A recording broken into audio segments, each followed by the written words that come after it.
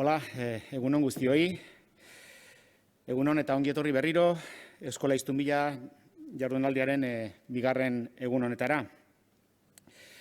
Jardunaldia online antolatzea erabaki genuenean, gure kezketako bat izan zen, ea asmatzen genuen formatuarekin, ez izateko zuentzat, kameraren beste aldean zaudetenontzat, ez izateko, ez dakit, nekozuegia edo kantxagarria, bai? Zer denok badakigu ze nekagarri izaten dan askotan olako online saioak burutzea.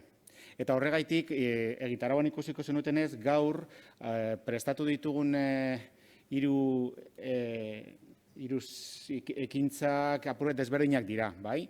Hasteko badugu hitzaldi bat, gero eskainiko dizkizuegu hiru bideo labur edo bideo pilula deitu ditugunak, eta atsedenaldiaren ostean, ja utziko zaituztegu zuen berritzegunetako, zuen zonaldetako aholkularien esku, haiekin eta zuen mintegikidekin bideo bilerak eta solasaldi moduko bat antolatzeko. Hori da beraz gaurko plana. Ea atzo bezala teknikak laguntzen digun eta bena ondo burutzen dugun. Bueno, ohar txikitxo bat, atzo bezala hitzaldiaren ostean, azken 10 minututan edo, aukera emango dizuegu nahi izan ezkero Xabirik galderak egiteko. Eta atzo bezala erakutsiko dizuegu zeintzuk diren bideak zuek ikastetxetatik galderak egin ditzazuen. Hortze pantailan duzue, e-postaz egin dezakezue, galdera idatziz, ehbjardunaldiak@gmail.com elbidera, edo nahiago badozue Twitter erabili, Twitter bidez ere egin dezakezue, traola ehb2020 traola erabiliz. Ados? Bale. Eta bigarren oharra, Xabi aurkeztu baino lehenago,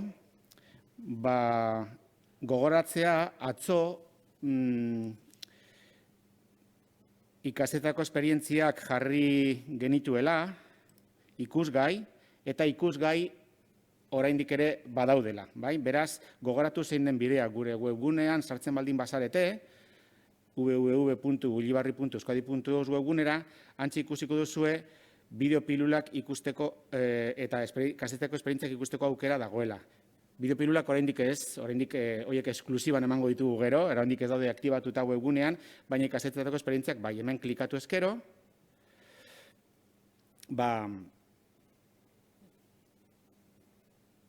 hementxe, eskerretan daukazue ikastetako esperientziak, hemen klikatu ezkero, 11 ikusiko dituzu eta nahieran ikusi ahal izango dituzue hurrengo egunetan ere bai. Ados? Ia, bi ohar hauek emanda, Xabi Paia aurkeztuko dizuet. Ados? Bueno, egia esan ni oso pozik nago. Tokatu zaidan ardura honekin, iaz, Bizkaia aretoan, jardunaldi honetan bertan, Kika Monarriz aurkeztea tokatu zitzaidan. Eta urten, Nor eta Xabier Paia, bai? Beraz, niretzat privilegio bat izan zen iazkoa eta urtengoa ere bai. Ia, Xabier Paia Ruiz, Getxon jaioa, 1982an. Xabier Paiak ikasketak batez ere hizkuntzekin lotuta egin zituen. Itzultzailea, interpretaria, itzultzaile gisa, adibidez, euskarara ekarri ditu gaztelaniaz, frantsesez eta ingelesez idatzitako obrak. Calderonen La vida es sueño, adibidez, euskaratu zenuen, edo Desio izeneko tranbia, Tennessee Williamsena. Piano ikasketak ere egin zituen. Ez dakit beraz musikari ere badela esan dezakegun ala ez. Musika proiekturen batean bai parte hartu duzu. Beraz, musikari ere nik uste dut baietz badela. Zeharkako txirula ere jotzen du. Bueno, itzultzailea ez ezik idazlea ere badela esan dezakegu. 2013an adibidez, ahozko euskal literaturaren antologia idatzi zuen. Komiki gintzan ere ibili zara, Patxi Gallego marrazkelarekin batera, nork, uste dute, nork eta nori? Nork eta nori. Hori da, beraz, nor falta da, ezta, Xabi? Ia, ea ber, noiz atera dezakezuen. Eta, bueno, batez ere nik uste Xabier Paia ezaguna baldin bada, alde batetik bertsolari izateagatik dela ezaguna gure gizartean. Gogoratu 2016an Bizkaiko txapela jantzi zuela. Eta gero beste alde batetik ere ezaguna da Xabier Paia Donostia Europako kultur hiriburua izan zenean, bera izan zelako kultur programazioaren zuzendaria. 2014an uste dut izendatu zintuzte, bai, 2014an izendatu zuten. Bueno, eta gaur egun badabil Getxoko etxeko kultur kodeatzaile gisa lanean. Bueno, aurreko guztia kontuan hartuta nik uste dut batez ere esan dezakegula Xabi Paia kultur eragile bat dela. Euskal kulturaren eta oro har kulturaren garrantziaz jabetuta, kultura hedatzeko eta transmititzeko etengabe lanean ari den kultur eragilea nire ustez. Eta horregaitik uste izan dugu gaur Xabi gurekin egon behar zela, aurtengo jardunaldian. Euskal kultura gure ikaslei nola transmititu asmatu nahian gabiltzan honetan, ziur gaude, espero dugu Xabi Paiak bide zidorren bat gutxienez erakutsiko digula gaurko hitzaldi honen bitartez. Hitzaldiaren izenburua, ikasle, ikusle, ekoizle. Euskarazko kultur kontsumoa eta sorkuntzoa areagotzeko pistak. Bueno, Xabier, nire aldetik besterik ez, orain hitza duzu eta dena zuretzat. Aurrera, nahi dozunean. Vale. Egunon guztioi, egia esan normaltasun berria zer izango den eta zer ez den izango egunero gero eta harrigarriagoa iruditzen zait. Sekula enuen pentsatuko hitzaldi bat emango nuenik areto huts batentzat.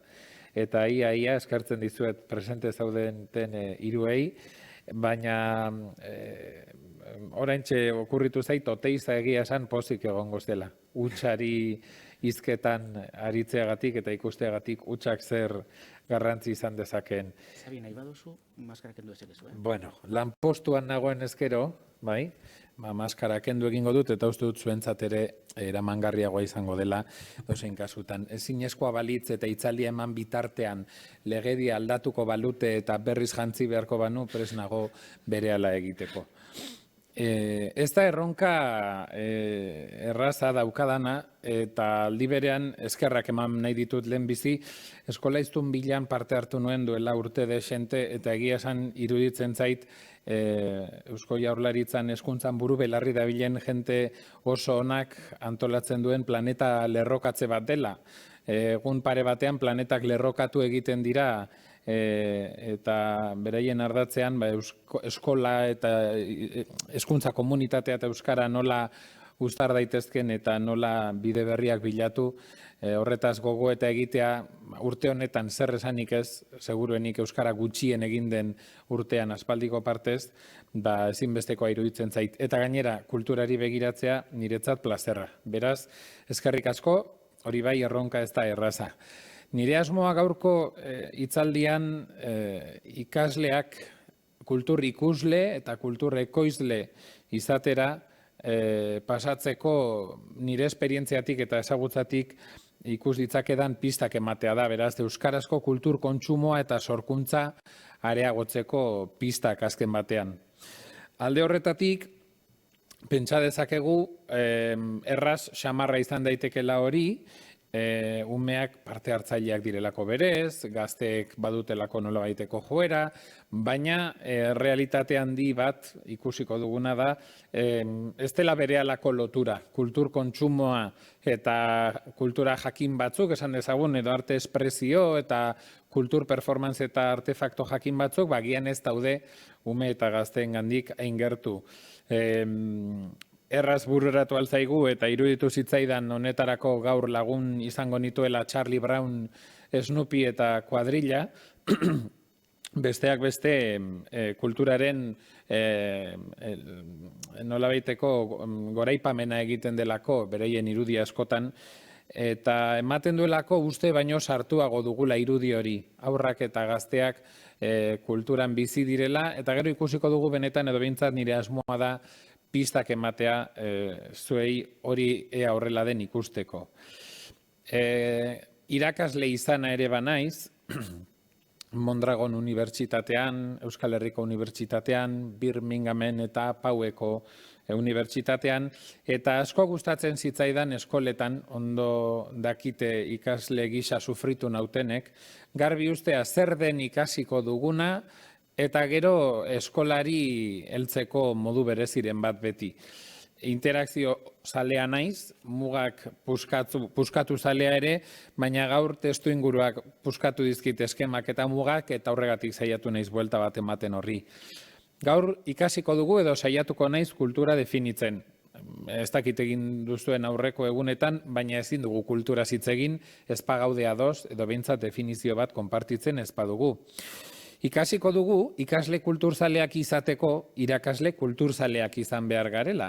Orduan, kasu honetan, lidergoa eta erreferentzialtasuna ezinbestekoa da.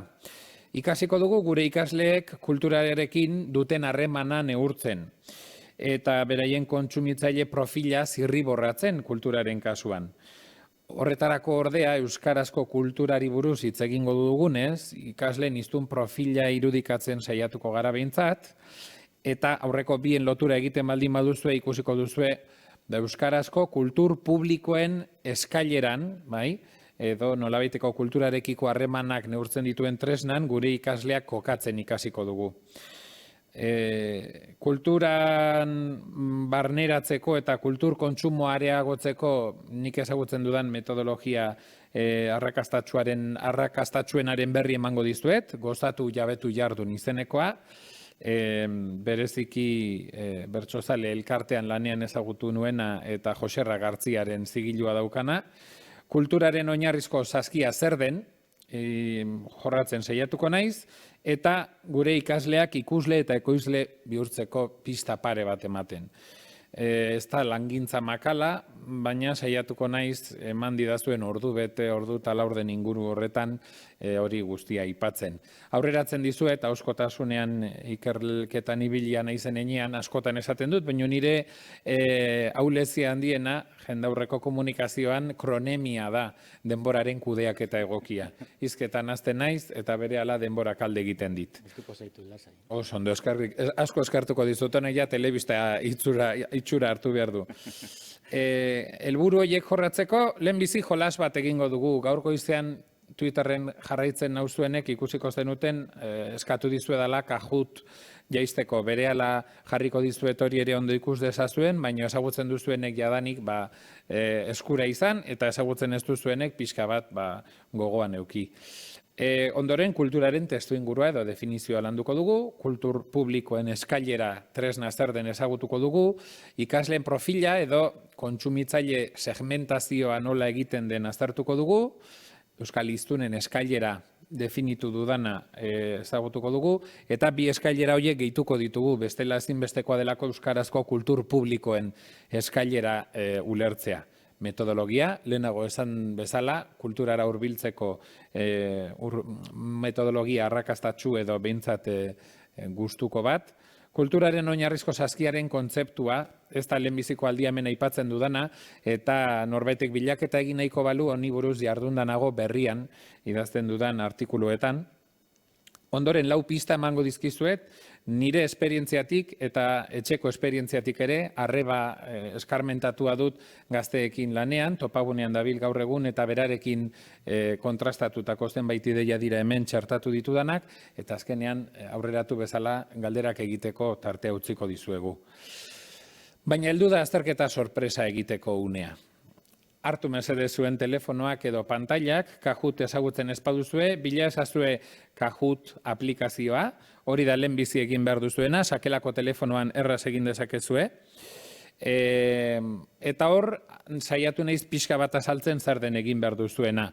Beraz, nik ikusteko hori bai behar bezala sartzen zaretela, pixka bat itxarongo dut eta ondoren pantaila aldatuko dut eta pantailan Kahoot jokoa jarriko dut. Beraz, mesedez, Kahoot aplikazioa jaitsi, eta horregin behar dituzuenak, hortxe azaldu dizkizuet aplikazioa nik dakidala bintzat, ez dago euskaraz, ingelesez edo gaztelaniaz erabiliko duzuelakoan, saiatu naiz horra saltzen, jaisten duzuenean, ireki, eta siguiente edo next botoia sakatu beharko duzue, ondoren adierazi ikasle bezala erabiliko duzuela, zuen adina eskatuko dizue, nahi baduzue gezurra esan, hori zuek ikusi, estatistika kontua izango da nagusiki, eta ondoren behan ikusiko duzue, pantailan ingresar pin edo enter pin izeneko esteka bat edo botoi bat, hori sakatzen baldin baduzue, Kahooteko sesioa jadanik irekia dut ordenagailuan eta sartu behar duzuen pin zenbakia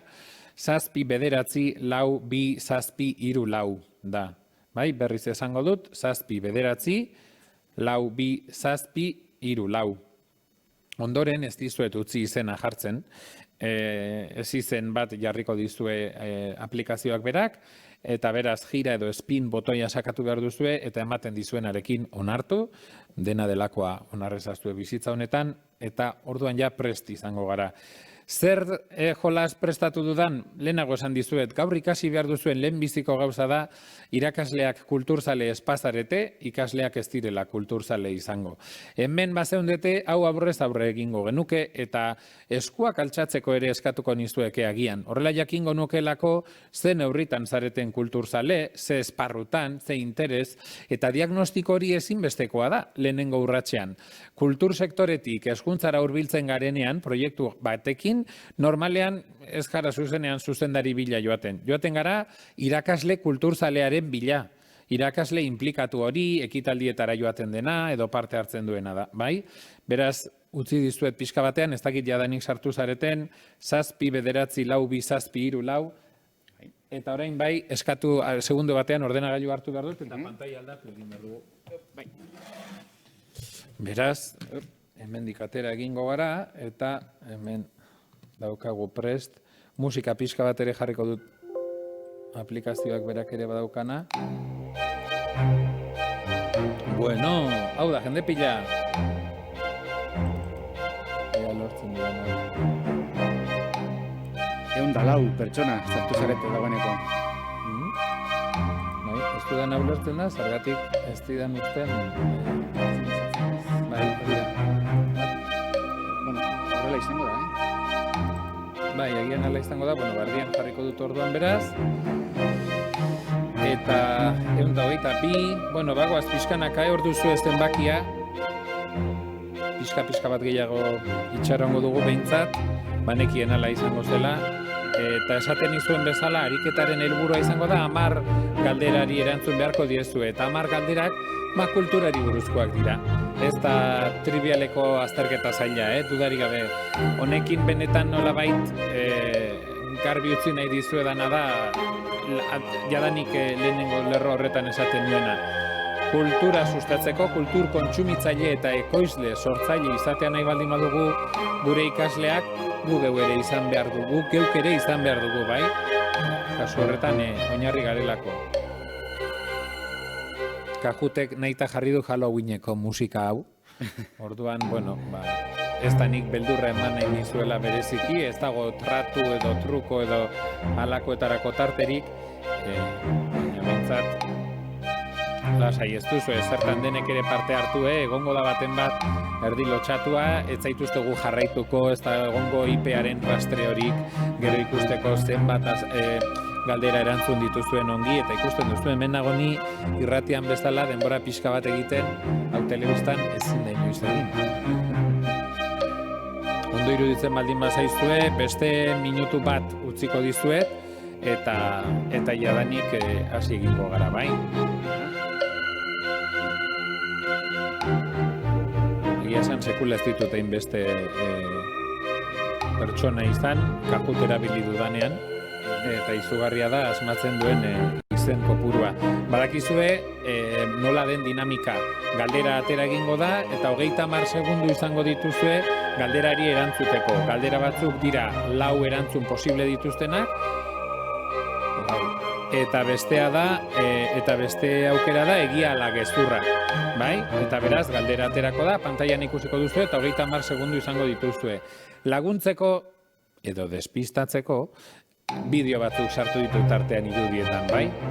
Orduan, horretan saiatuko gara behintzat. 200era helduko ote gara, Txe. ondo legoke, bagoaz pixkanaka. 200era iristen garenean ondo iruditzen baldin bazaizue, hasi egingo gara, bai?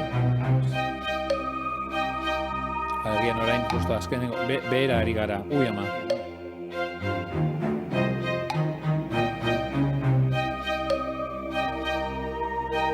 Bright Bunny gurekin dago, Arctic Horse, Glowing Ferret, Dynamic Llama, zenzoragarriak.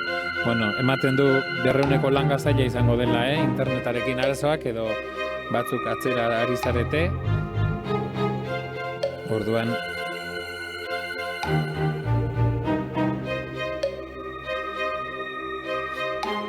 hasi egingo gara ondo iruditzen baldin bazaizue, bai? Ados, prest. Beraz,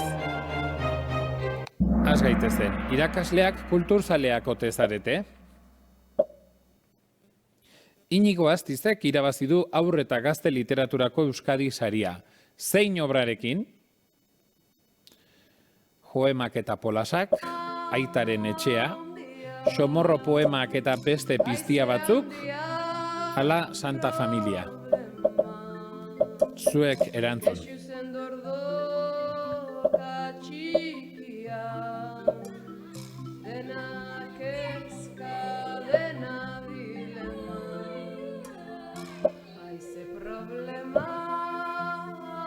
Hogeita lau bakarrik, 3 segundu, 2, 1,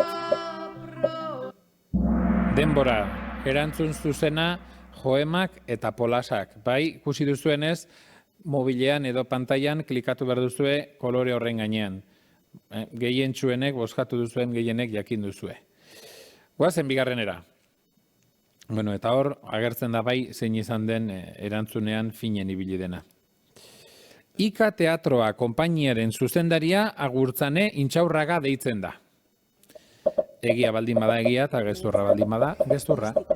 Filmaren zuzendari laguntzaile modura eta hori amaitzen ginala, azkeneko rodaje egunetan, Ricardok komentatu zidan, ia animatuko nintzen, olako 6 putxo idaztera. 10 segundu. Eta esan nion, baina norta, zertaz, eta berakutsi zidan foliotxo batean, Teresa eta Galtzagorriren irudi bat. Hori zeukatela, eta...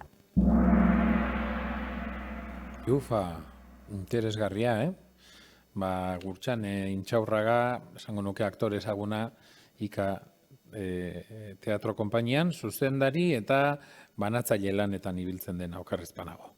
Bai, beraz, lortu dugu pantaila osora eramatea orain. 3. Aurten Donostiako zinemaldian aurkeztu den euskal film baten izena. Zugarramurdiko Sorginak, Akelarre, Errementari, ala Anbotoko Mari. Es una vieja canción, ¿qué tiene de malo? Cántala. Ez dugu nahi beste berorik.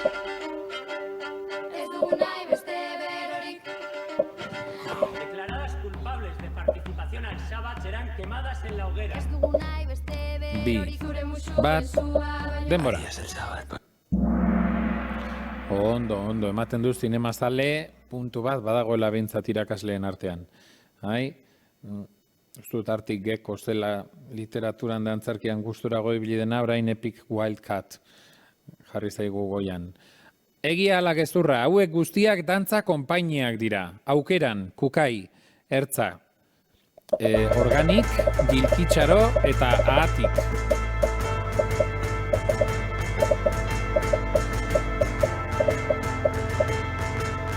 Bat badakizue behintzat badela, aukeran pantailan daukazue, pista bezala.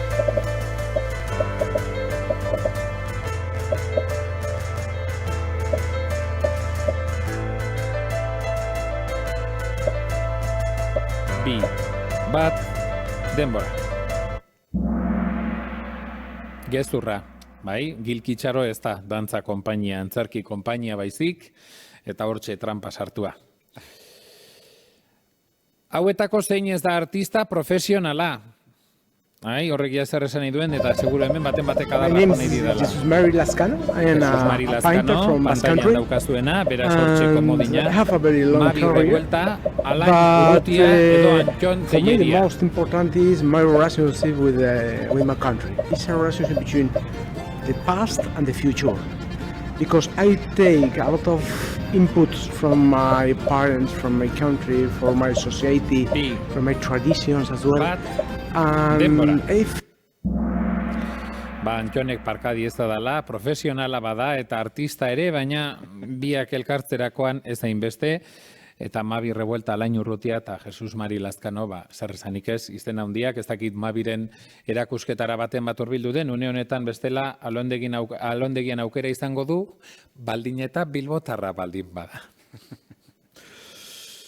Segi dezagun aurrera aurrengoa. Nork irabazi du edo ditu Euskal Herriko bertsolari txapelketa gehien? Bertsoare presente. Maialen Lujanbio, Amets Arzaiuz, Uztapide, ala Sebastian Lizaso. Foto erdi, foto hori, baikara, bagara hori. Idazkariaren Baina, eskutik, barkatu, jaso berri dator, du emaitza. epaimahaiaren erabakia. 1630,3 punturekin 2009ko txapelketa nagusiko txapeldun Maialen Lujanbio. Aha, hemen trampa bazegoen. Seguruenik asko kandoni egaina botako zenuten faltan, bai, bera agertu izan balitz bera garaile, baina bere faltan Uztapidek dauka Euskal Herriko txapel gehien, bai. Epic Wildcat bueltatu zaigu, hor dabil podioan. Urrengoa, nola deitzen da bideojokoen euskal komunitatea? Bai? Insert koindarrak, playzaleak, gamer hauntxia, edo euskal bideojoko zaleak. 6 urteko gerra baten ondoren, Astorska zure aberri distopikoak bakeak egin ditu alboko herrialdearekin. Baina, hiri bat bi herrialden arteko mugak zatitua gelditu da, eta hain zuzen ere, hiri horretan mugako kontrolgunean ikuskatzailea zara. Astorskara sartu nahi duten migratzaileen dokumentuak aztertu, eta erabaki beharko duzu nor pasa daitekeen eta norrez. Bueno, hemen ere lana badaukagu, lan izugarria da, jakingo duzuenez, bideojoko gintza, kultur sektore eta industrien kultura, KSI edo kulturta sormen industrien baitako atala da dudarik gabe eta gamer hauntxiak lan ederra egiten du euskara eta bideojokoen bidegurutzean, bai? Eager Wallaby, wow, bai, azkenengoetan gainera ondo ibili ote dan. Urrengo galdera, noiz joan zinen azken aldiz dantza ikuskizun batera? Duela hilabete baino gutxiago, duela 6 hilabete baino gutxiago, duela urtebete baino gutxiago, edo sekulaen naiz joan.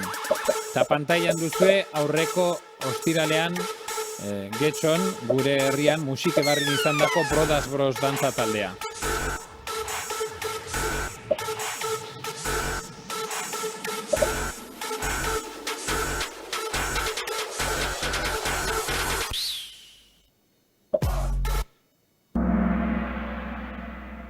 Trampa egin dizuet hemen. Berez, derrigorrez esan behartzen duten duela hilabete baino gutxiago. Baina, argi dago, ez dela horrela, 24 erantzun duzue sekula naiz joan. Bi gauza esango ditut honetaz. Lehen bizikoa, normalean honelako estatistikak egiten direnean ez dugula egia esaten, beti egoten dela tartetxo bat are okerragoa izan dadin egia edo benetako datua, eta badela deigarria dantzak arazo bat du askotan publikoaren gana iristeko, eta horregatik nahita sartu dut galdera hau. Baina segi dezagun aurrera, Jail Octopusek egin du gora bapatean. Nork konposatu zuen Humanity at Music ikuskizunaren musika? Bai, ikuskizuna agian gogoan izango duzue, Mondragon korporazioak egindako ikuskizun erraldoia, bai? Fernando Velázquez, Pascal Gein, Mikel Chamizo edo Jagoba Astiazaran. Euskal Herriko kompositore zoragarriak lauak, barka biezadate emakumeek, ezpaitut beraien izenik sartu eta badira emakume kompositore ederrak ere.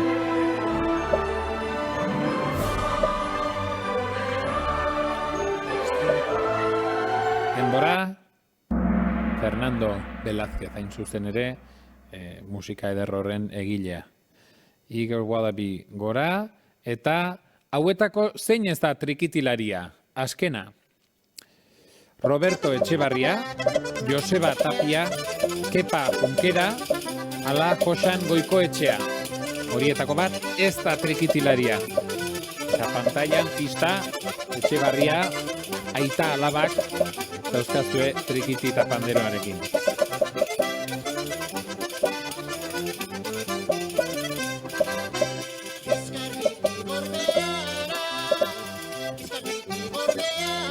Denbora. Josan Goikoetxea hain zuzen ere, bai, auspoa ederki erabiltzen du Josanek, baina akordioian, ez trikitian. Bai, seguru trikitisarekin ere zerbait egingo duela artista bikaina data, bai. Honek esan nahi du, hortxe daukazue podioa, ez dakit hezkuntza sailak urtebete bidaliko duen nonbaitera irabazlea, sari bereziren bat emango dion, baina zorionak Igor Wallaby, Agile Octopus eta Decisive Wolf zue hiruei, eta bestei ere, bueno, ikusten duzue, nire asmoa zen hasiera divertigarri xamar bat egitea, orain bai itxi dezakegu, eta aurkezpenera bueltatu, bai, eta jolas honekin argi utzi nahi nizuena zen, lehenago esaten nuen bezala, kulturzale izan daitezen gure ikasleak, gu ere kulturzale izan behar gara. Orduan, gu espaldin bagara dantza ikuskizunetara joaten, argi dago, gure ikasleak dantza ikuskizunetara joatea, ez da berez, guk beraiei helaraziko diegun asmo bat, bai? Baina oso garbi eta lehenbizikoak kasu honetan denborarik eskaltzeko. Irakasle gisa zilegi delako, baina kulturzalea espaldin bada irakasle bat, gaur pista interesgarri batzuk jasoko ditu, baina agian beste arlo batzuetara hurbiltzeko. Beraz, lehenbizikoa zuek animatzea kulturzale izan zaitezten. Bai, aretoak bete, liburutegietara joan, erakusketak ikusi, eta badakit bolada oso zaila datorkigula, dudarik gabe, baina horregatik inoiz baino gehiago behar du kultur sektoreak publikoak eta normalean hormaren bestaldean, edo liburuaren bestaldean, edo pantailaren bestaldean gaudenak. Eta zer da kultura? Oso galdera honekin bakarrik ordu eta erdi edo 3 egin nitzake nik erraz asko, bai? 74 definizio aztertu nituen bere garaian master bat egin nuenean Birminghamgo Unibertsitatean, eta gehien gustatu zitzaidana laburtu eta ekarri dut, eta hortxe duzue. Zer da kultura? Kultura da sinesmen, ohitura, pentsamendu eta jarrera multzo lausoa, ez definitua erabat, bai? Irudika ezazue odei gisako bat, eta denok dakigu gutxi gora bera barruan zer dagoen, baina gutako bakoitzak zehazki zerrenda desberdin bat egiten dugu. Gauza askotan bat etorriko dira batenak eta bestenak, baina ez erabat. Eta multzo lauso horretan dauden elementuen arabera, komunitate bateko kideen izaera eta portaera interpretatzen ikasiko dugu, edo horretarako balioko digu, eta aldi berean guk egiten duguna definituko dugu horren arabera. Bai? Adibide gisako bat, erraz bat, sinesmenetan, olentzero, hartzen baldin badugu, oso tradizio, gauza erraz bat tangibilizatu dezazuen, asko komplikatu daiteke odei horretan, edo multzo lauso horretan dauden elementuen kopurua, bai? Baina olentzerorekiko oinarrizko sinesmen batzuk daude, horrek balio batzuk eragiten ditu gure gizartean edo komunitate horretan, bai, azken batean umeekiko balio jakin batzuk, opariak ematearekiko, sinesmenekiko, euskararekiko, aktibatu egiten ditu balio batzuk, balio asko daude, baina nolabait euskal komunitatean jakin batzuk piztu egiten dira, bai? Horiek piztu, nola pizten dira, artefaktu edo sorkari batzuen bitarte. Sorkari deitzen diet, performance edo normalean pertsonek eurek egiten dituztenak, eta artefaktuak dira elementuak. Beraz, olentzeroren panpin bat egiten dugun bakoitzean, esan dezagun, bali horiek errepresentatu egiten ditugula, edo erre egiten dugunean, edo kabalgatan desfilean eramaten dugunean, bai, edo sorkaria, performantze bat egiten dugunean, horrekin besteak beste. Eta horrek komunitateari mezu bat helarazten dio, eta komunitatea izan daiteke kasu batzuetan, edo publikoa bestean, bai. Kultura hori, gaur egun 4 esparrutan identifikatu dezakegu nagusiki. Hezkuntzarako kultura, da esparru ezagunenetako bat. Zeuek ipuinak kontatzen dizkizue umei, kulturaren balio pedagogikoa ez dizuet nik azalduko, bai, hainbat liburu erabili dituzue, pelikula, hainbat tresna, kontakizun, fabula, txiste, pasadizo, dena delakoak, dantzak, erabiltzen ditugunak hezkuntzarako balio pedagogiko bat dutelako, bai, azken batean ipuinak eurak elementu edo artefaktu sorkari kultural bat dira, balio dutenak gure ikasle eta gure gazte eta gure haurrak egoera baten berri izateko eta egoera horren lekuan jartzeko, egoera horren arriskuak ezagutu, baina egoera horren gaitzak ez bizitzeko, bai? Ez dugu bidaliko basora otxoarekin topo egin dezan, baina kontatu egingo diogu, kontakizuna horren arriskuak barneratu ditzan, bai? Augusto Boalek zapalduen antzerkia horrela teorizatu zuen, antzerkian egin ditzagun, bizitzan dauzkagun egoera zailak, eta horrela entxeatu egingo dugu errealitatea, eta bilatuko ditugu horretarako konponbideak, besteak beste zapalduak irauldezan egoera hori. Kultura herrikoia da, balio soziala eta errituala daukana, bai, izan daiteke Santageda, izan daiteke Olentzero, baina izan daitezke Halloween, gau beltza, eta izan daitezke beste hainbat elementu, ez du zertan bakarrik kultural etnografikoa izan, bai, soziala bere horretan ere izan daiteke. Baina hor lotu ditzagun azken batean, San Juanak eta lakoak. Artibismoa ez da sartzen aurrekoetan, baina loturaren bat izan dezake, artibismoa da aldarrikapen sozialetarako erabiltzen den artea. Eta ez genuke sartuko besteetan, naiz eta, kultur eta sormen industriekin lotura zeharkako bat izan dezakeen. Greenpeaceek erabiltzen duenean, erabakitzen duenean, nik zer dakit, piano bat eramatea artikora eta kontzertu bat egitea, han Ludoviko Enabidik jotzen duen bitartean ikusteko izotza nola desegiten den eta nola munduaz beste egiten ari garen, artibismoa da azken batean, hor kultura eta artea erabiltzen ari gara mezu hori emateko. Eta KSI-a, kultur eta sormen industriak dira, hiru horiek enduta, helburu edo ez bakarrik sozialerako, baizik eta industria ere diren heinean, errentagarritasun bat bilatzen duten, kultur sortzaileen esparrua. Lau horietan, hezkuntzarako kultura, seguruenik gure ikaslek ezagutuko duzue, zuek hurbiltzen diezuen heinean eta kurrikulumeko helburuak betetzeko erabiltzen duzuen heinean.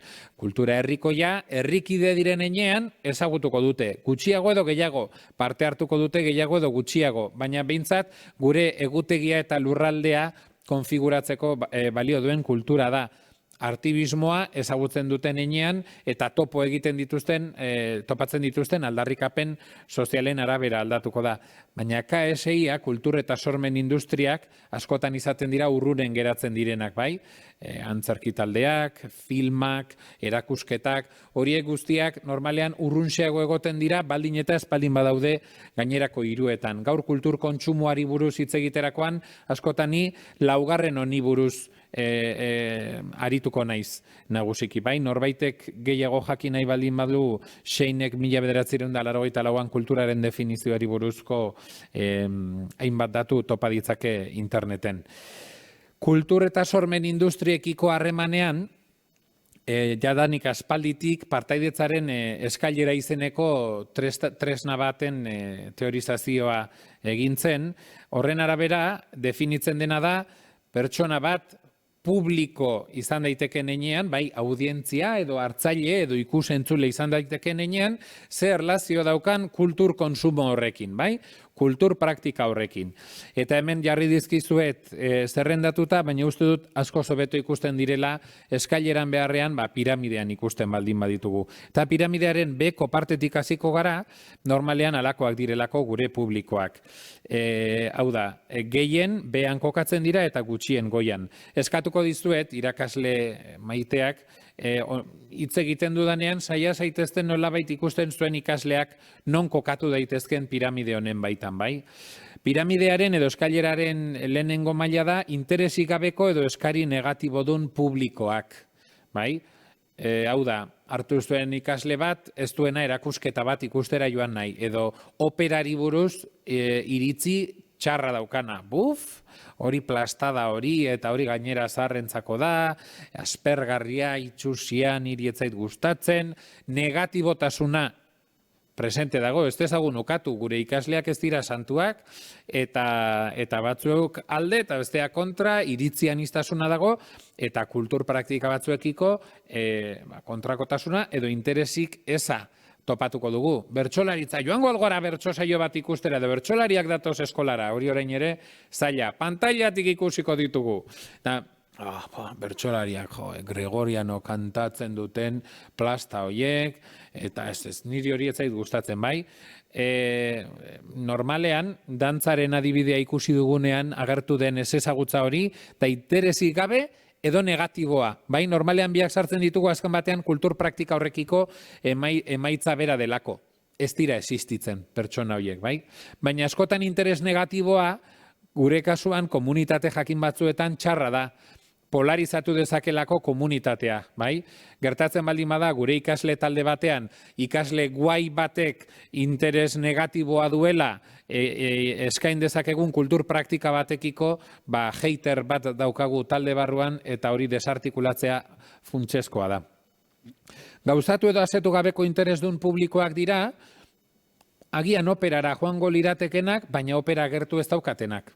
Bai, adibideak emango ditut hainbat, eta igual esango duzu, ze plasta operarekin, baina agian oso deigarria delako edo oso erraz planteatu dezakedalako gaur eraiki dudan adibidean, bai? Hau da, opera eskaintzen duten espaziotik urrun bizi dira, beraien gurasuek ez dute gaitasunik ara eramateko, ordutegia ez da egokia, prezioa handia da, horiek guztiak sarrera oztopoak dira kultur praktika hori ezagutzeko, eta beraz interes hori hor dago latente, bai, asetu gabe, baina pertsona horrek edo gazte horrek, ikasle horrek gustura probatuko luke, baina oztopo batzuk ditu. Baina eman dezagun, erabakitzen dutela urrun bizi diren gurasoiek, opera ezagutzea erabakitzen dutela, eta abao txiki ekitaldi batera eramaten dutela, bereien seme edo alaba, edo gure ikasleak auskalo, Bilbora. Eta beraz, oztopo horiek guztiak gainditu egiten ditugu, eta lehenengoz, publikoa hasi berri bihurtzen dira, ume horiek edo gazte horiek, bai? Lehenengoz joan dira, lehen aldia, oso galdera garrantzitsua. Noiz joan zinen zu lehenengo aldiz bertso saio batera? Noiz joan zinen zu lehenengo aldiz erakusketa batera? Iruditzen zait diagnostikoa egiterakoan, da gero ikusiko dugu, gure ikasleen profila egiterakoan oso galdera ona dela. Eta batez ere, ezesko asko baldin baditugu, kulturaren, konsumoaren eta gure ikasleen arteko arrakalaren zabalkundea edo nolabaiteko distantzia nabarmena dela ikusiko dugu. Publiko hasi berriak ez dute kodea ulertzen normalean, ez dakite zergatik kantatzen duten horrela, operan kantatzen dutenek, zergatik den hain luzea edo hain laburra, zergatik dagoen kontakizun bat, bai? Normalean publiko hasi berriek daukaten ezaugarririk nabarmenena hori da. Kodetzeko inolako tresnarik ez dutela izaten, bai? Batzuek alegin egiten dute lehenago. Euskal Herriko Bertsolari Txapelketa bekera pasatu zenean eta aforoa izugarri handitu zenean, nabarmena zen publiko askok isiluneen erritualtasuna etzuela inbeste kontrolatzen, etzekiela isilune horiek kodean sartuta daudela, bertsolariak kontzentratzeko ezinbestekoa dela, bai? Eta nabarmena izan zen alde hori, pixkanaka zorionez hor aldaketa nabarmena gertatu da. Publiko hasi berri horiek, gustatu ezkero, edo gustatu ez, baino bigarren aukera bat emanda, bihurtu daitezke aldian behineko publiko. Urtean behin abao txikiren kontzertura joango gara, behin, eta hartuko dugu kotxea, eta bidea egingo dugu, eta gero Bilbon plana egingo dugu, eta ikusten duzu hitzaldi osoa araudiak hankaz gora jarri didala. Egia esan, une honetan egin dezakegun bakarra da, alegindu. Ez dakit zerta, baina alegindu. Baina normaltasunen batean, aldian behineko publiko horiek izango dira, behintzat alegina egiten dutena kultur praktika jakin batekin, urtean maiztasun jakin batean, edo toki jakin batekin, bai? Guggenheimera urtean behin joaten gara, bai? Debalde izaten den asteburu horretan, berdin dio, baina segi, behintzat aukera dagoelako, bai? Maiztasun jakin bat bihurtzen denean eta ohikotasun bat, ohiko publiko bihurtzen dira horiek. Horiek kodea ulertzen dute, gustuko dute praktika hori, eta normalean hoiei gertatzen zaiena da sakondu egin nahi dutela beraien ezagutza, bai? Ni bertso saioetara joaten naiz, baina kasu honetan entzun dut bertso saio berezi bat egongo dela emakumeek bakarrik osatzen dutena musikarekin, eta horretara joango naiz ere. Edo txapeldunen saio bat egingo dute, eta horretara ere joango naiz, bai? Nolabait praktika horren ezagutzan barneratu egiten naiz are gehiago. Eta gertuko publiko bihurtzen dira jadanik nolabaiteko lotura etengabea garatzen dutenak kultur praktika horrekin. Puntaren puntan lupa sartuko dut, eta lupa sartuta hau da ikusten duguna gertuko publikoetan.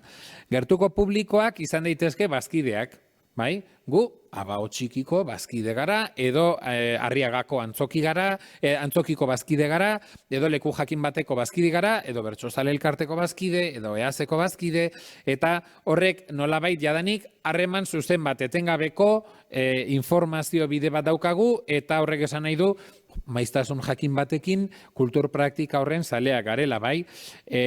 Charlie Brown eta lagunak Elizaren atarian jarri ditut, Elizak bazkide sistema oso ondo kontrolatu izan duelako, bai? Eta ikusle pasiboak presente izan ditu, eta nolabait kulturarekin simil erraz bat izan ziteken. Bazkideen urrengo maila eskaileran izan daiteke kritikari bihurtzen direnean, eta kritikariak ez dira negatiboak, bai? Dira positiboak edo negatiboak, baina komunitateari helarazten diote iritzia.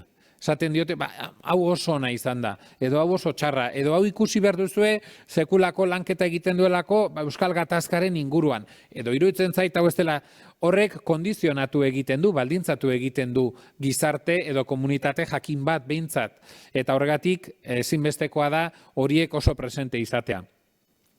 Kritikariak kolaboratzaile bihurtu daitezke, eta horiek dira mesatan abez batzean kantatuko dutenak, edo voluntario bihurtuko direnak open house jaialdian eraikinak erakusteko, bai, voluntario eta kolaboratzaile sistema horrek eragingo diguna da, gure ikasleak baldin badira espazioren batean kolaboratzaile, horrek kultur praktika horrekiko lotura handia dutela helaraziko digu. Normalean kolaboratzaile izan nahi duten askok, amateur izan nahi dute, eta benetan kultur publikoaren puntaren puntatik oso gertu ditugunak dira, gure ikasleak bertso saioetara joaten dira, bertso eskolan daudelako eta bertsolari izan nahi dutelako. Punta txikitzen joan da nabarmen, bai, piramidean gora egin ahala, baina askotan gutxi horiek oso garrantzitsuak dira, bai, piramide osoari eragiteko. Eta amaterrak dira profesional bihurtuko direnak, eta profesionalak dira piramide osoa elikatzen dutenak azken batean, bai. Beraz, hor eukiko genuke eskailera osorik, zuma egiten baldin badiogu puntari, eta ikusiko genuken azken batean da, gauza oso garrantzitsu bat, maila hoietan inor ez dela geldi egoten, bai. Etengabe elikatu beharra dagoen kontua da, ni gaur egun izan naitekelako antzoki bateko bazkide, baina adibidez, krisi ekonomiko bat dela medio, pandemia bat dela medio, eta ez dakizten bat, edo antzoki hori une honetan nire herrian ez dagoelako, beste erabaki dezaket, 6 hilabete iraungo badu horrek, bazkidetza hori eten egingo dudala, bai? Eta beraz, eskaileran, bera egingo nuke, eta ohiko publiko bihurtuko nintzateke, baldin eta ohikotasunean joaten baldin banaiz ekitaldietara. Beraz, gora eta bera egitea oso ohikoa da, eta eskatuko nizueken lehenbiziko ariketa bat, zuek egiteko aukera duzuenean jakina da, hartu aurrean izaten duzuen ikasle taldea eta kokatu piramide honetan. Kulturarekiko oroar, alduzuen moduan, eta gero, bai esango nizueke berehala ikusiko dugulako, agian interesgarri edo gertuago egon daitezken kultur praktikekiko. Bai, gure herrian baldin badago, ez dakit, La Enkartada museoa, eta, bueno, azter dezagun horrekiko ze lotura izan dezaketen gure ikasleek, bai, interes berezia izan dezakeelakoan. Eta horrekin behintzat jakingo dugu zer erlazio duten.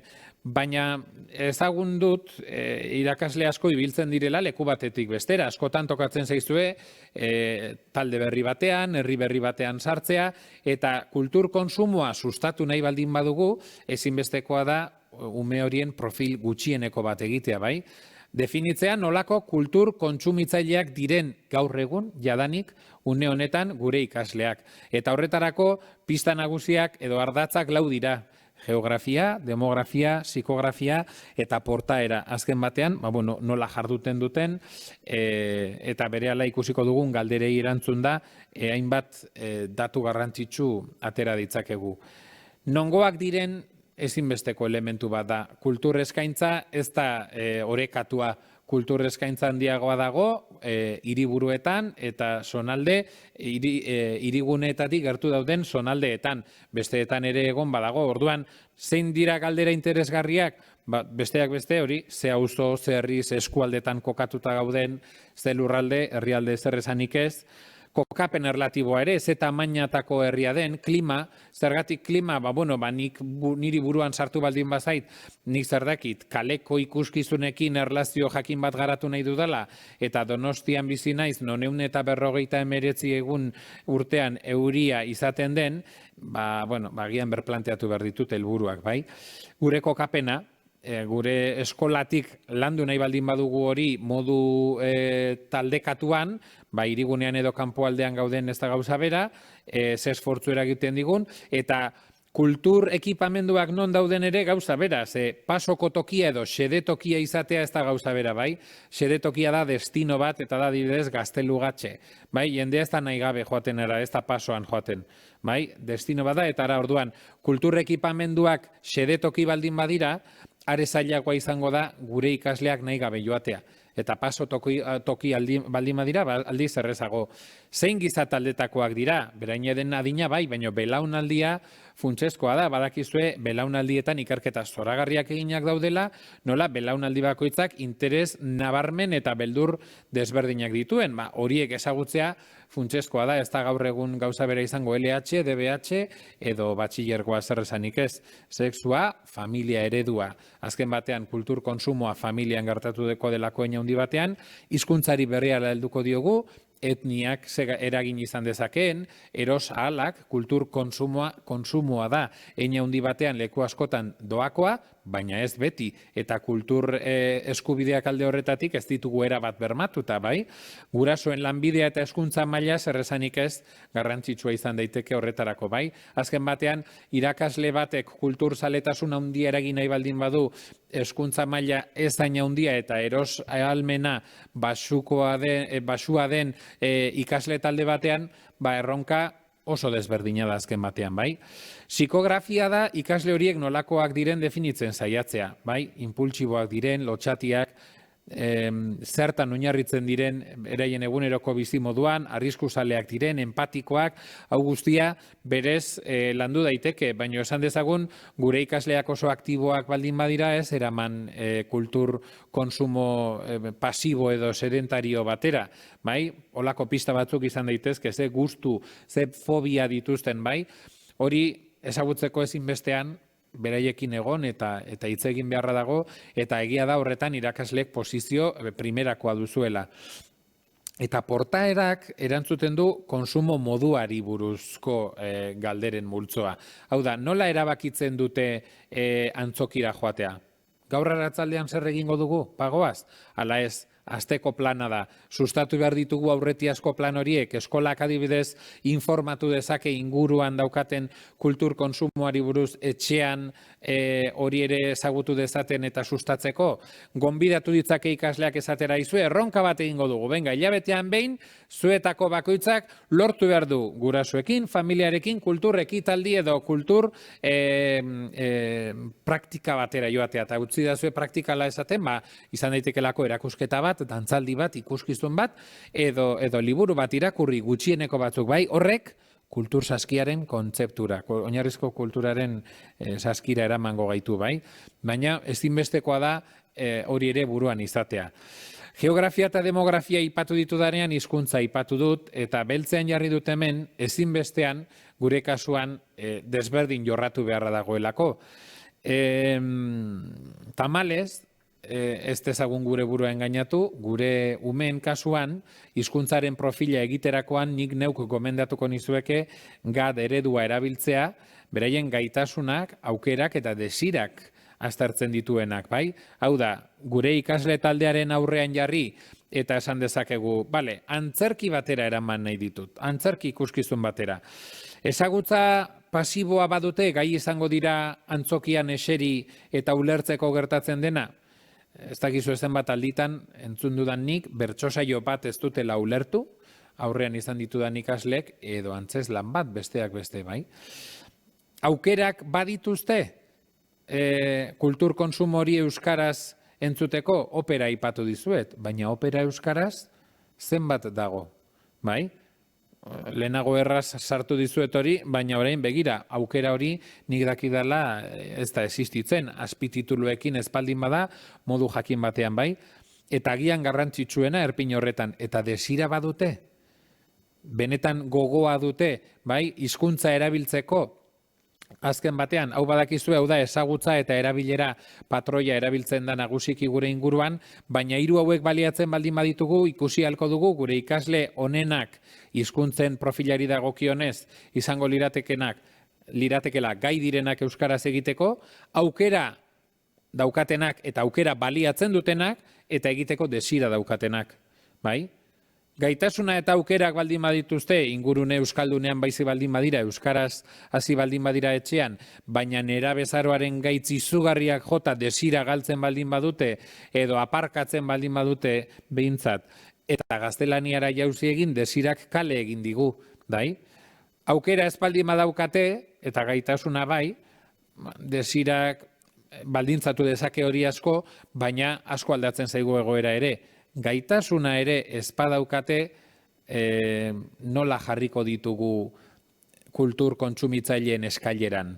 Ze tokitan, espaldin badira gai ulertzeko ere, eta honetan gogora etortzen zait irakasle den lagun baten kontakizuna, askotan adibidez, atzerritik etortzen diren zenbait ikasle egon daitezkenak, D ereduan murgiltzen direnak, txertatzen direnak, eta gaitasuna ere ez daukatenak, bai, horiekin kultur konsumoa izan daiteke oso interesgarria, baina erronka izugarria da. Eta azkenengo kasuan, gehitu dut, seguruenik gurasoen gehiengoaren errealitatea nire ustez behintzat D ereduan, eta ikusten ari naizenagatik gaur egun ni neu guraso naizelako. Izugarri harrituta nago gurasoen portzentaia handi bat ez dela gai euskaraz egiteko, baina behintzat desira izan du beraien seme-alabek euskaraz egin dezaten. Nik neuk hori nire amaren belaunaldian txalotzen nuen, gaur egun txalotzen jarraitu beharko dut, baina zaila egiten zait onartzea, 40 urtean, 38 egin nituen nik larun batean, hau oraindik ez dugula portzentaian jaitsi, bai?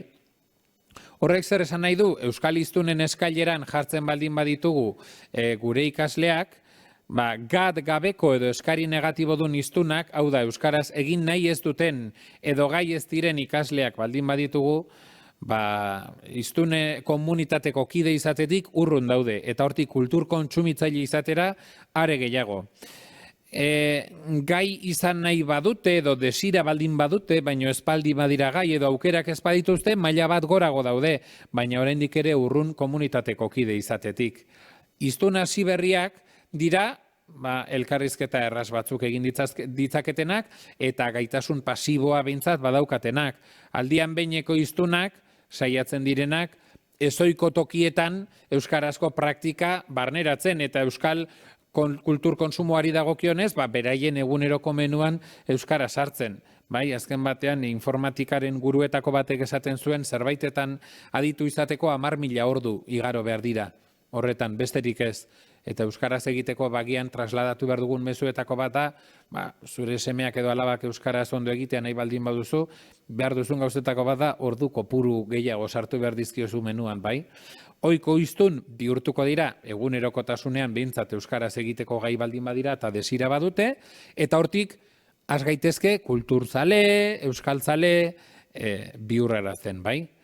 Eskailera hau eta kultur konsumoaren edo kultur publikoaren eskailera gehitzen baldin baditugu, geratzen zaigu ikusten duzuen nola Charlie Brown gaixoa txiki utzi dizuedan bazter batean eskailera izugarria, eta hau benetan da orain txalo joko nizueke aurrean bazeundete, baina etxean zaudetenez bidaliko dizuete emojiren bat txalo jotzen. Erronka ez da makala, baina seguru nago zuetako batzuek badituzuela piramidearen BB-eko mailan dauden ikasleak. eta hoiei kultur konsumitzaile izateko pistak ematea ez da batere erraza, bai? Baina behintzat detektatzen baldin baduzue non dauden kokatuta, badakizue ze ahalegin egin ditzakezuen, edo behintzat zuen helburua dela, kultur konsumitzaile bihurtu ez, baina ea behintzat lortzen dudan negatibotasun hori kentzea, bai? Eta ikusiko dugu hori nola egiten den. Pista bat bai eman nahi dizuet. Euskara oso gertu ez daukaten ikasleentzat eta gazteentzat komeni da kultur praktiken konsumora hurbiltzea, kultur praktika artefaktikoen bitartez, eta esango duzu orain beste hizkuntza batean ari da. Ez.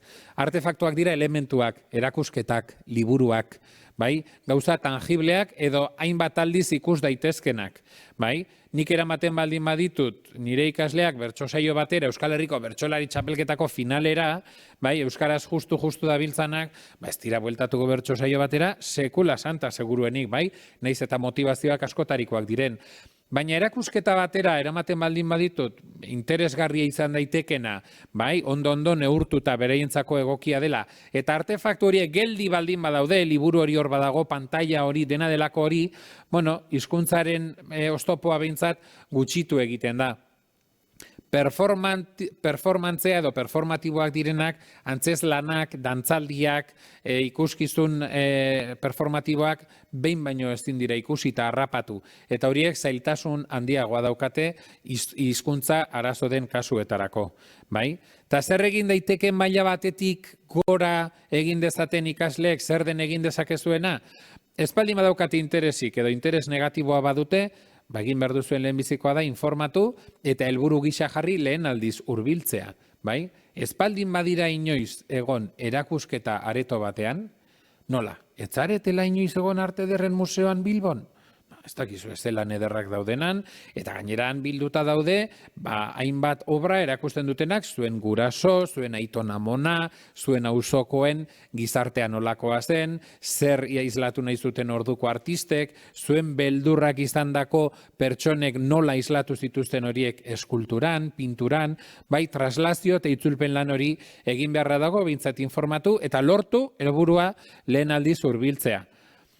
Kontra ez badaude, baino espaldin badira inoiz izan, hemen argi dago egin beharrekoa dela lehen aldiz hurbiltzea oso ondo landu hori, aldamiaje egoki batekin, eta hemen bigotzki etortzen zait burura nolabait, hau da, nik zer dakit, ez eraman umeak Txekhoven obra bat ikustera antzokira lehenengo aldiz, edo nik zer dakit, Shakespearen Hamlet bat, edo dena kontuz, bai? Hau da, bakoitzari bere tamainako eta bere neurriko lana eman.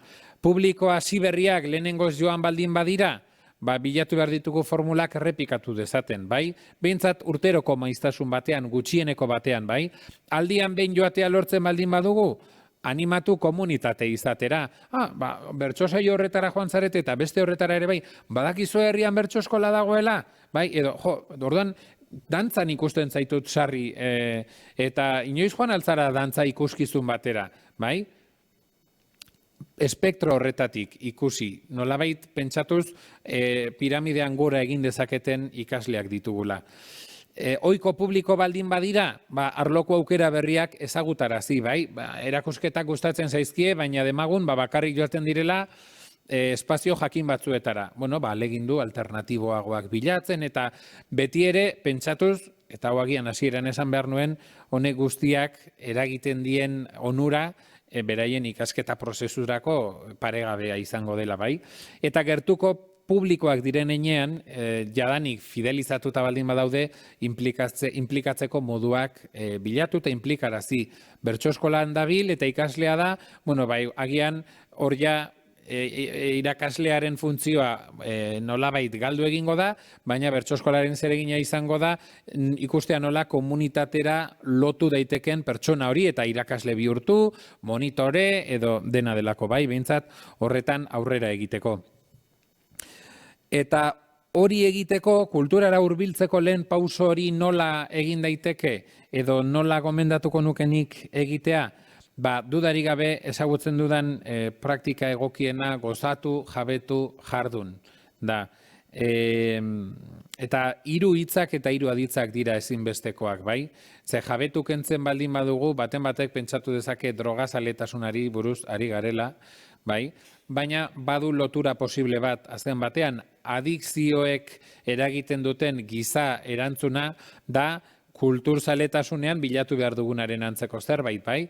Kultur praktika horren parte izatean, ikustean, irakurtzean, parte hartzean jasotzen dudan hori, hain da gozamen ederra berriro ere jardun nahi dudala horretan, bai? Azken batean, gizakiak errepikakortasun hori bilatzen du. Eta horregatik, bertso saio batera lehenengo hurbiltzen ditugun umeen helburua izan beharko litzateke gure aldetik, ondo pasatzea, gozatzea, pozik irtetea, bai? Ez badute ulertu bertsolaritza zer den, arrimatzen duten edo ez, edo dena delakoa berdin zaigu. Bertsolariak nor diren ere, auskalo, baina pipa pasa dezatela, ze ondo. Hori da gogoratuko duten bakarra. Ze ondo pasatu nuen, ze parre egin nuen, edo ze mezu ederra, edo nola heldu zitzaidan hori, bai? Gozamena eta gozamenaren definizio zail horretan. Zuek ezagutzen dituzue zuen ikasleak, eta denek ez dute gozamen bide bera izango. Bilatu behar dugu gozamen hori nola modu batean bermatu. Gozatu dutenean, alegina egin behar dugu, dekodetzen edo azaltzen norndik datorren gozamen hori, bai? Horretarako lehenbizi eta ezinbesteko pausua eta kontuan izan beharrekoa da, erabakitzen baldin badugu, bueno, venga, aurten kultur konsumoa sustatzeko, erabaki dut gure ikasleak eramango ditudala antzerki batera. Ez, antzeslan bat egingo dugu eskolan. Eta horrela hurbilduko ditut antzerkiaren praktikara eta azalduko diet, bilatuko dut antzeslan bat egingo dena inguruko antzerki edo antzoki batean, baina guk eskolan beste antzerki mota bat landuko dugu. Gero azalduko dizuet zergatik antzerkia egitearena eta ez ikustearena, bai praktika eta aktibazioa ezinbestekoak iruditzen zaizkit. Baina gakoa da ikasleen garapen hurbileko eremua identifikatzea, bai? Horrek zer esan nahi dut, Bigotski lehen aipatu dut eta berak teorizatu zuen, ume horrek norbaiten laguntzarekin egin dezakeen eta uler dezakeen eremua da hori. Orduan kontuz ze praktika egin nahi dugun. Akrobaziatan eta zirkoaren munduan sartu nahi baldin baditugu gure ikasleak izan daitezela horretarako gai. Txotxongiloetan sartu nahi baldin baditugu oso bideona izan daiteke. Eskulangintza lantzen dugulako, pertsonifikazioa, ahotsaren impostazioa, kontakizunaren narratiba bera, hau da, elementu asko daudelako, eta askotan egiteak gero gehiago ikusi eta ikasi nahi izatea dakar, bai? Eta aldamio egokienak identifikatzea horregatik gakoa da. Lehen esperientziaren helburua esaten nizuen bezala, gozatzea. Gozamena deskodetzeko eta barneratzeko azalpena da jabetzea. Eta desatea, ondo pasatu duzue bertsotan, badakizue bertsolariek zer egiten duten? Improvisatu egiten dute. Gaur etzekiten zer kantatu behar zuten hemen, baina beraiek, eta horrela pixkanaka hasi, David Copperfieldek ahozabalik utzi dituela, une bat gertatu behar da, non magia hori nola gertatu den ikasten dugun, bai? Eta hortik, helburua izan behar da, jardueraren mekanismoak identifikazio pasiboak jarduteko tresnak aktiboak emango dizkio ikasleari, hau da, ni gai baldin banaiz bertsolari batek zer egiten duen ulertzeko, gai izango naiz epe jakin batean bertsolari izateko. Bide horretan jarri naiz. Bai, piramidea da, gogoratu denak ezkara izango, baina bide hori oso garrantzitsua da.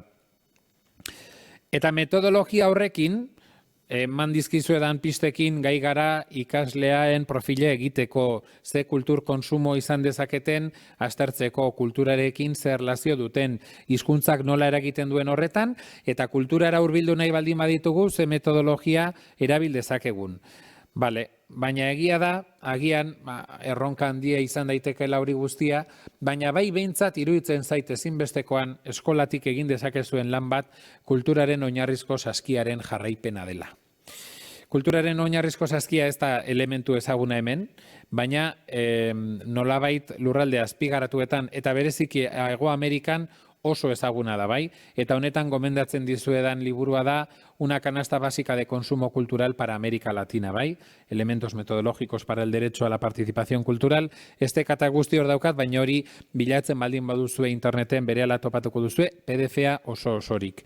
Liburu horretan aztertzen dutena da Hego Ameriketan, herrialde askotan, umeek ez daukatela kultura konsumitzeko aukerarik ere. Irisgarritasun mugatua daukatelako. Ezin dutelako, joan, ez daukatelako dirurik, ez dutelako ezagutzen.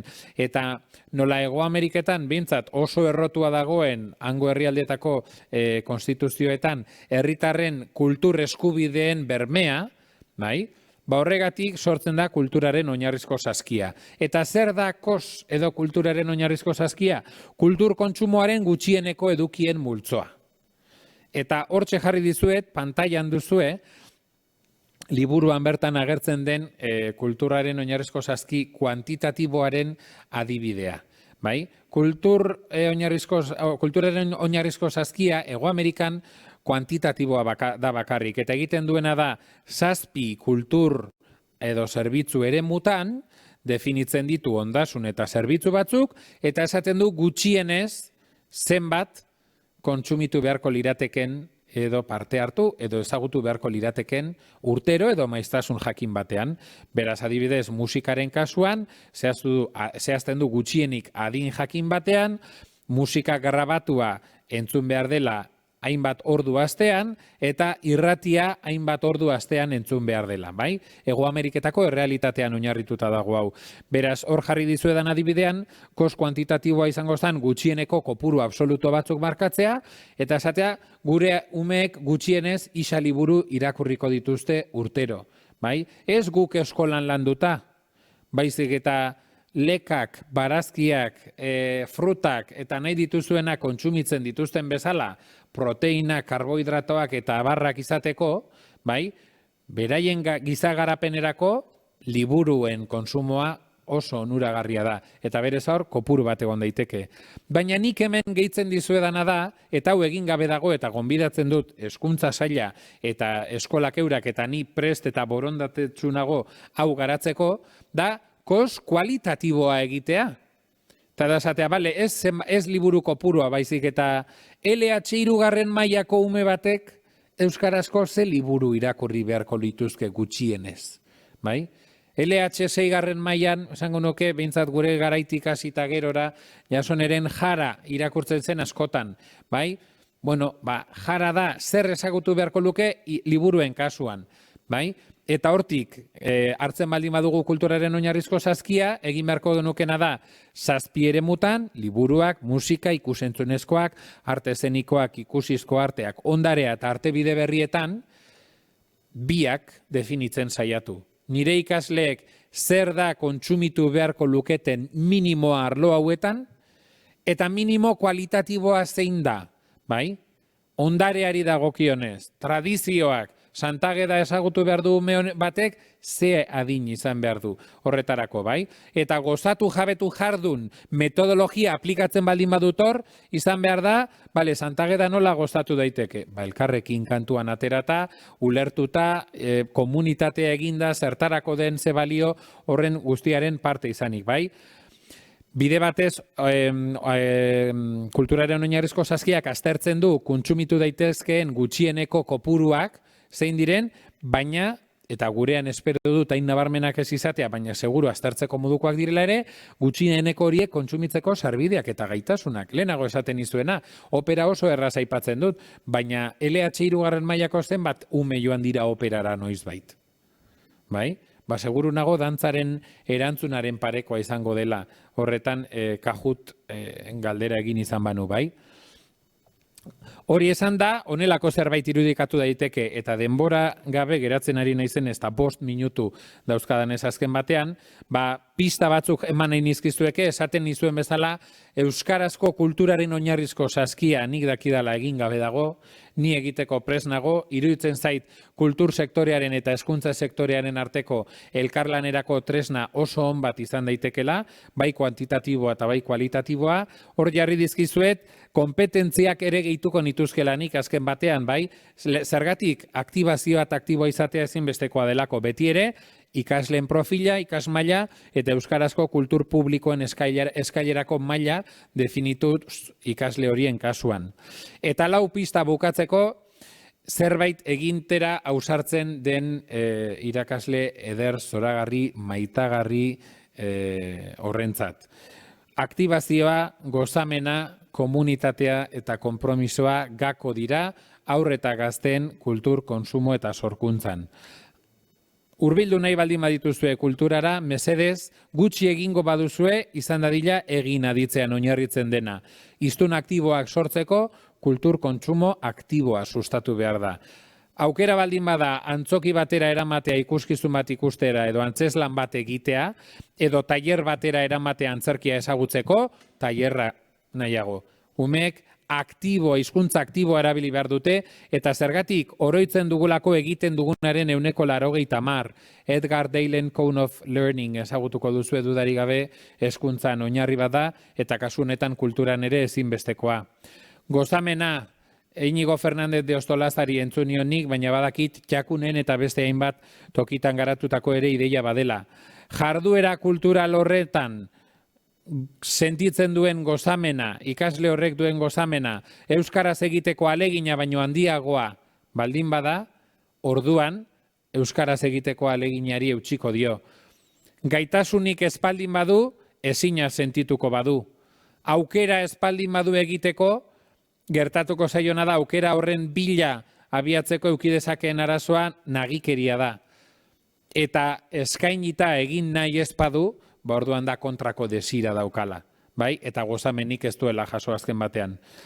Horregatik motivazioa eta gozamenaren asebetetzea ezinbestekoa da handiago izatea euskaraz egiteko alegina baino. Komunitatea lantzea gazte eta aurren kasuan ezinbestekoa, gizakia taldea bere bada, umea are gehiago, eta presio soziala motivazio indartsua. Ezetz egin eskolan erronka. Hilabetero liburu bat, edo erakusketa bat, edo pelikula bat ikusi behar dutela, eta idatz dezatela, marka dezatela, zein izan den, bai, elkarri presio eraginez. Zergatik, askotan batek ikusten baldin badu, besteak ere ikusteko premia sentitzen duelako. Horrelakoak gara azken batean, bai? Eta gogoratu, ikasle sortzaile batek, arnasgune eta ohitura berriak sortzen ditu.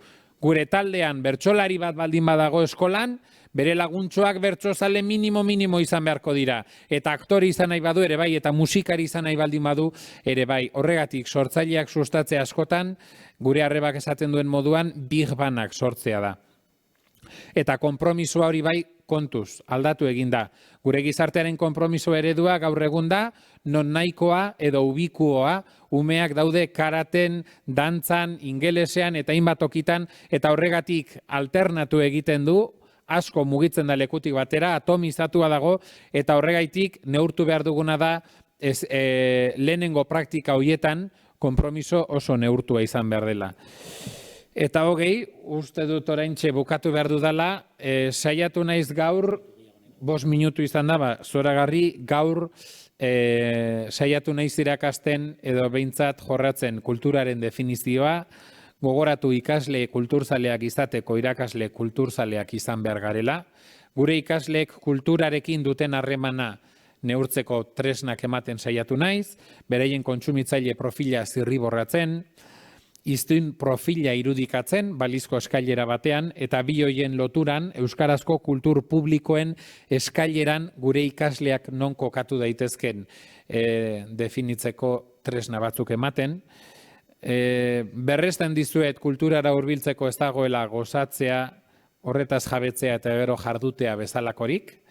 Kulturaren oinarrizko saskirako esaten dizuedan bezala iruditzen zait oso gai interesgarria dela, esatea gutxienik gure ikasleek zer jan behar dute, zertaz elikatu behar dira, ze kultur praktikatan jardun behar dute.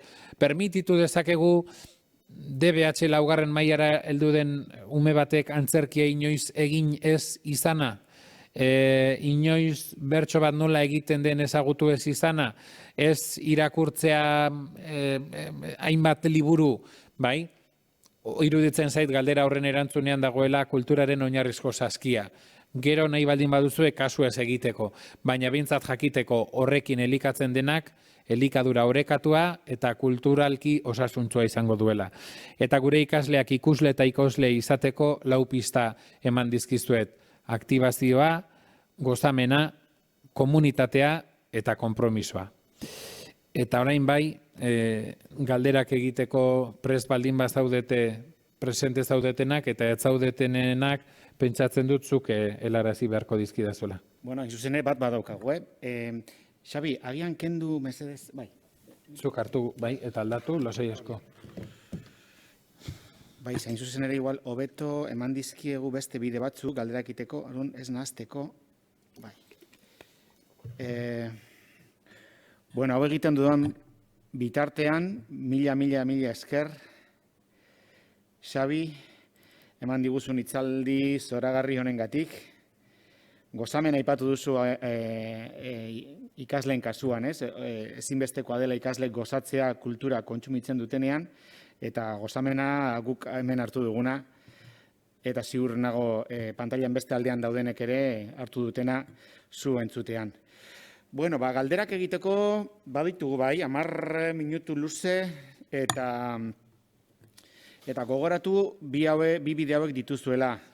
E-mailez nahi baldin baduzue, EHB jardunaldiak abildua gmail.com elbidera zuen galdera idatziz, edo Twitter bidez ere, traola hori erabiliz, hor dagoen traola erabiliz, traola EHB 2020. Bueno, Xabi, bat badaukagu, bai, heldu da, gainera konturatu nahi heldu dela, orain dela ja minutu batzuk.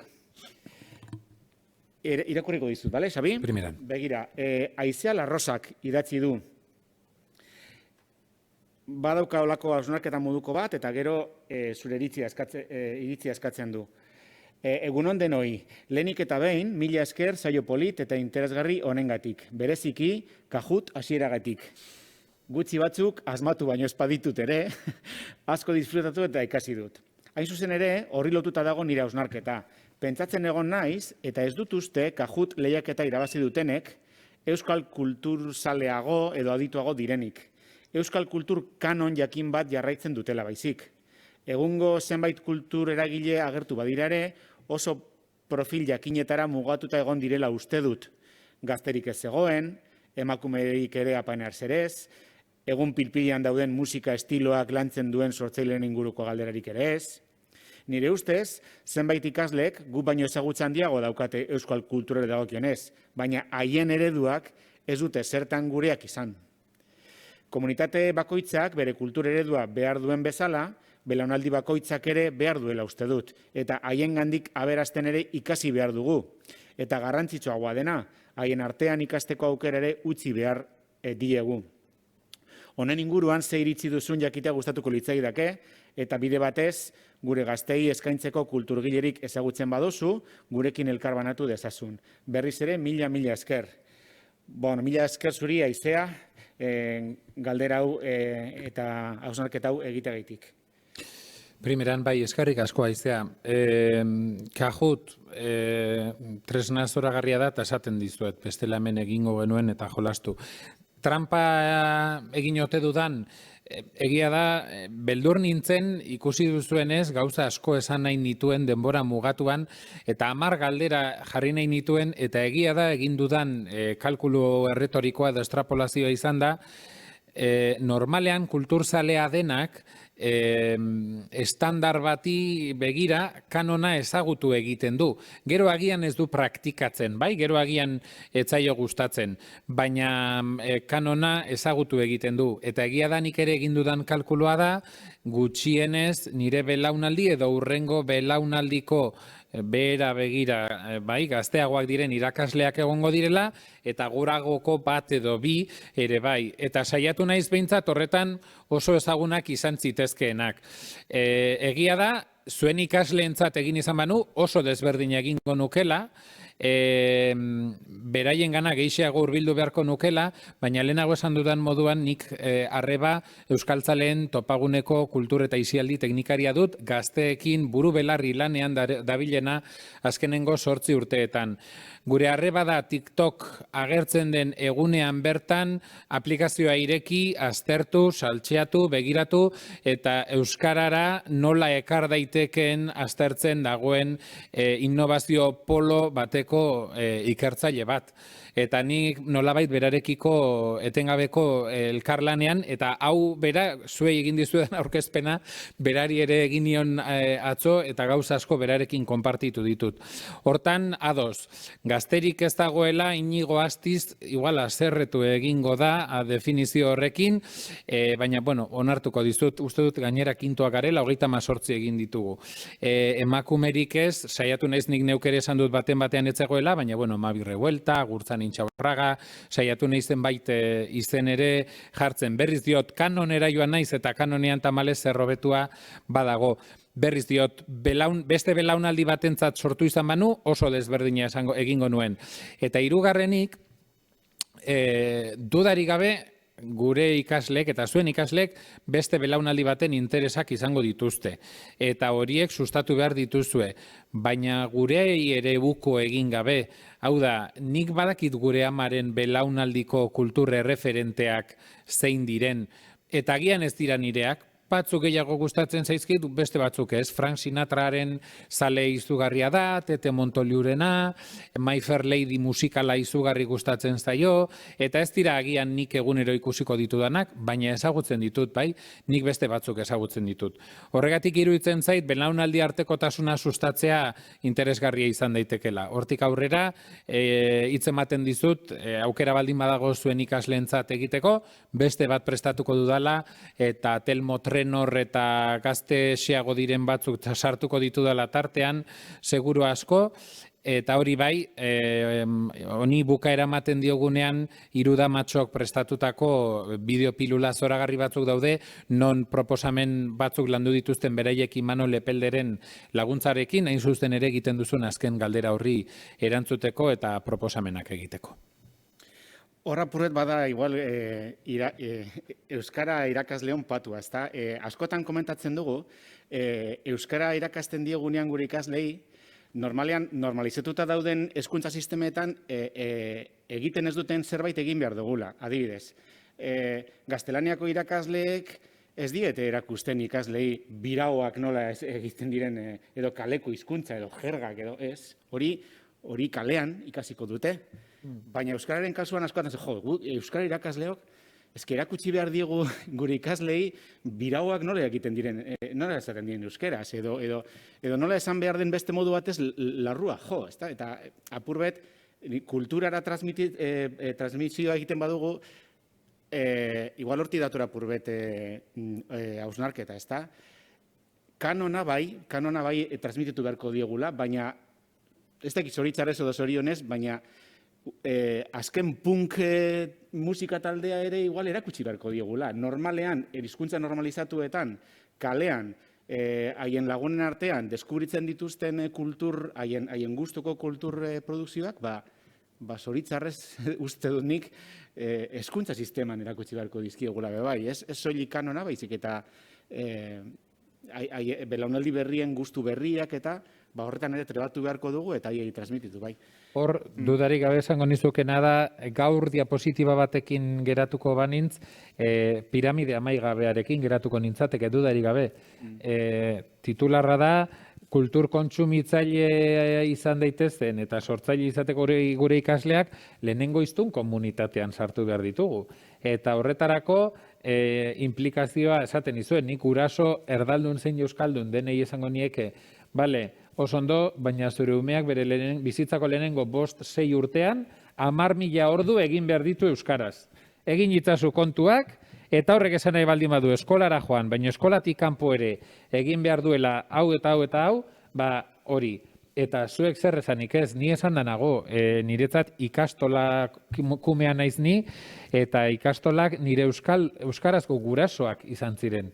Hor, zein da kontua, profil bakarreko irakasleak ez gaude eta ez zaudete zorionez, eta agian zuretzat, irakasle gisa, ikasleekin garatzen duzun harremanean, azken punk taldea aurkezteko modua daukazu, eta beste batek aldiz ezin du, edo ez du ezagutzen, edo ez da.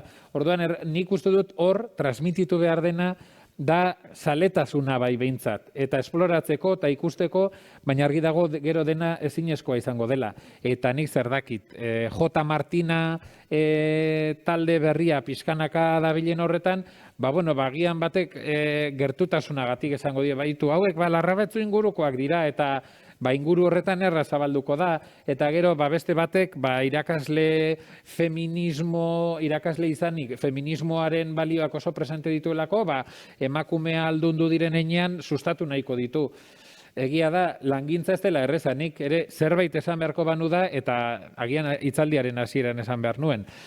Jadanik lan gutxi ez daukazue, irakasleek, eta hemen etorri naiz ni lan gehiago jartzera. Horretan, dudarik ez, bukaeran txalo joko dizuet. Benetan nik inork ez bai dit txalo joko niri. Baina horretarako ditu dizugu, lana eman diezaguzun, bai. Badaukagu beste bat, hau ere galdera baino iruzkina da. Xavier, lehenik nire eskerrik zintzoenak kulturaren definiziotik hasi, eta hezkuntzaren bidez garatu daitekeen euskal kulturaren irakaskuntza hain zehatz, txukun eta zuzen sistematizatu eta azaldu diguzulako. Bigarrenik, oso lagungarriak zure referentzia bibliografikoak. Eta azkenik, zoragarria kulturaren oinarrizko saskirako pistak eta proposamena. Eskerrak zure hitzaldia bideoz grabatuta dagoela eta behin eta berriz ikusi eta entzuteko aukera izango dugulako. Lotaratu aurretik. Bai? Beraz, ez da galdera izan, baina nolabait eskerron adierazteko mezua.